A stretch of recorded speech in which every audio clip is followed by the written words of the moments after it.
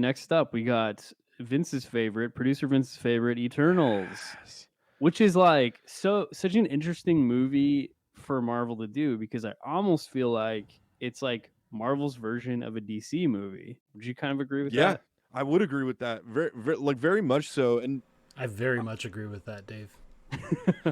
it It was a That's funny. Marvel movie where they were like, we're gonna make a DC movie and we're gonna swing and it's gonna be a miss, dude. Although I was just telling Eli before this, I rewatched it and I hated it less. I think going into it, I was kind of pissed, but rewatching it and after like kind of having an idea, I did like it more. I had pretty low expectations going into it. I waited a while. So it was actually for me like a lot better than I thought it was going to be, and actually like kind of enjoyed it. Definitely not my favorite, but you know, obviously it's super long. There was some cool stuff I thought in it. Yeah, it was cool. Kind of cool, like just having another like pure ensemble movie. I wasn't. I heard the director talk about that they were pitching to Marvel that like they should all die in the end. Because it makes sense. It basically sets up everything to be that. Dude, that But would have then been the Marvel decided best. not to do that, and yeah, I don't know. I think that would have been better. I really enjoyed this movie. This is the first Marvel movie that I did not see in theaters and that I waited till it came out on Disney Plus. And I'm sure that factored into it a lot, but I really enjoyed this movie. I've thrown, contrary to what I was saying about Black Widow, I've thrown Eternals on a couple times, and each time I've found reasons to enjoy it. I think I like the ensembleness of it. Maybe too much of an ensemble. Like maybe you could have not done with so many characters. I think It's true. There's like 12 characters. there's Like, yeah, it's a little and kind of a like lot. one of them's Angelina Jolie. You know what I mean? It's like Yeah, I'm like, how you did Angelina like? I was surprised she like agreed to the movie. I'm like, yeah, whoa, cool. You're sharing but a lot of screen time. which, by the way, that's probably why they didn't kill everybody in the end. The director really went above and beyond in shooting in practical locations, and to me, I really felt that. In so many movies now that you watch, so much of it is green screen. Some of it works, some of it does not. Bad green screen takes me out of a movie almost as bad as a bad wig. Wigs are worse for you, though. I know Wigs are I that's the can't like worst. wigs will make me not like a movie.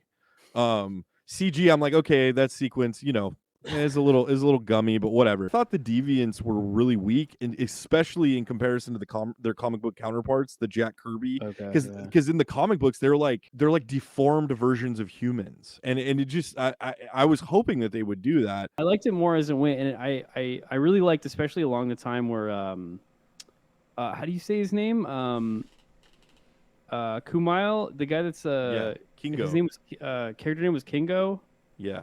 He's in like a lot of stuff now, and I know he's like a voice actor and everything. Like I thought he was really funny too, and I thought when he came in, I was like, oh, okay, like I'm starting to get more attached to everybody now. Yeah, his bit with his driver was pretty great. And did you notice in the holiday special they had a Kingo poster, which Oh no, what? I appreciated. James That's Gunn awesome. gave a shout out to Eternals because kind of the redheaded stepchild.